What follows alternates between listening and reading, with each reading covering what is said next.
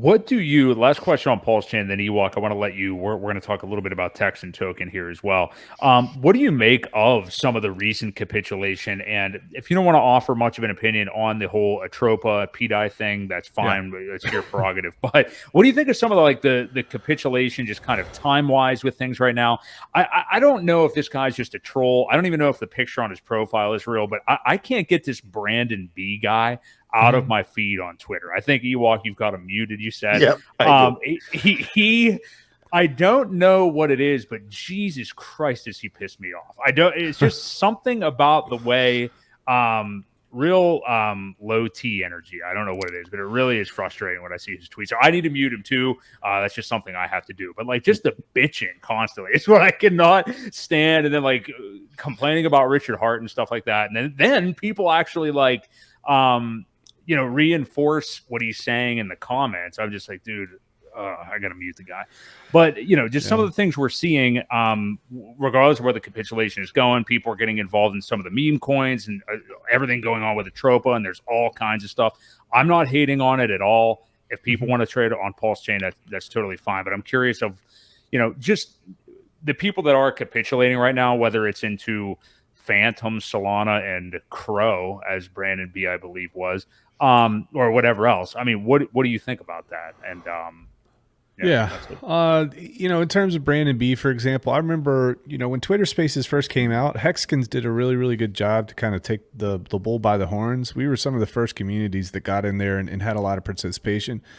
I remember Brandon coming in. I think he has a pretty good following on YouTube, if I'm not mistaken, and he was asking some smart questions and this and that. And, no offense to anybody here, but dude, I use my mute button all the time. And it's like, it's like first offense. And that's because social media can just get in your head really, really easy. And I'm on it so much that I just can't afford to get in moods. But, in my opinion with him, I think that the spotlight is constantly on him, and he's using that to get the spotlight, and it's just a tactic. I don't think that somebody would be that upset for so long.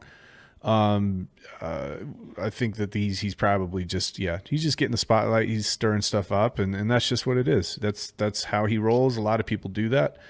In terms of capitulation or like Atropa, I've spent tons and tons of time in lots of Twitter Spaces and on stream with lots of folks who are really studied when it comes to Atropa and the 414 address and all that sort of thing. I would definitely say that it is very intriguing. Okay.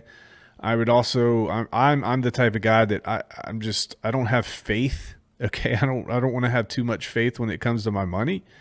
I know that people are going to get involved in these sorts of things. And my advice has always been, if you're going to get involved in it, just don't nuke your account. That's the only job that you have in a bear market. Don't nuke your account. I know I'm not going to stop you from doing it. Just use a small amount and you might get some outsized returns with it.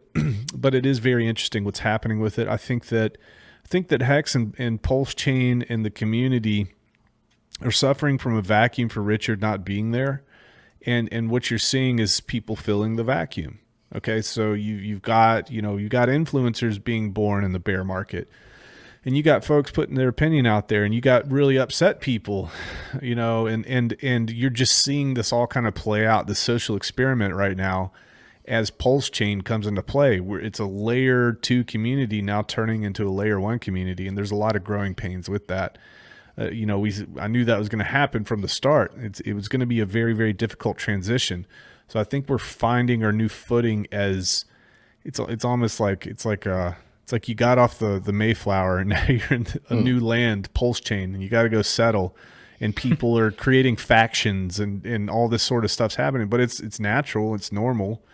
I think there will be a lot more clarity in the community when Richard's able to come back and speak on these things.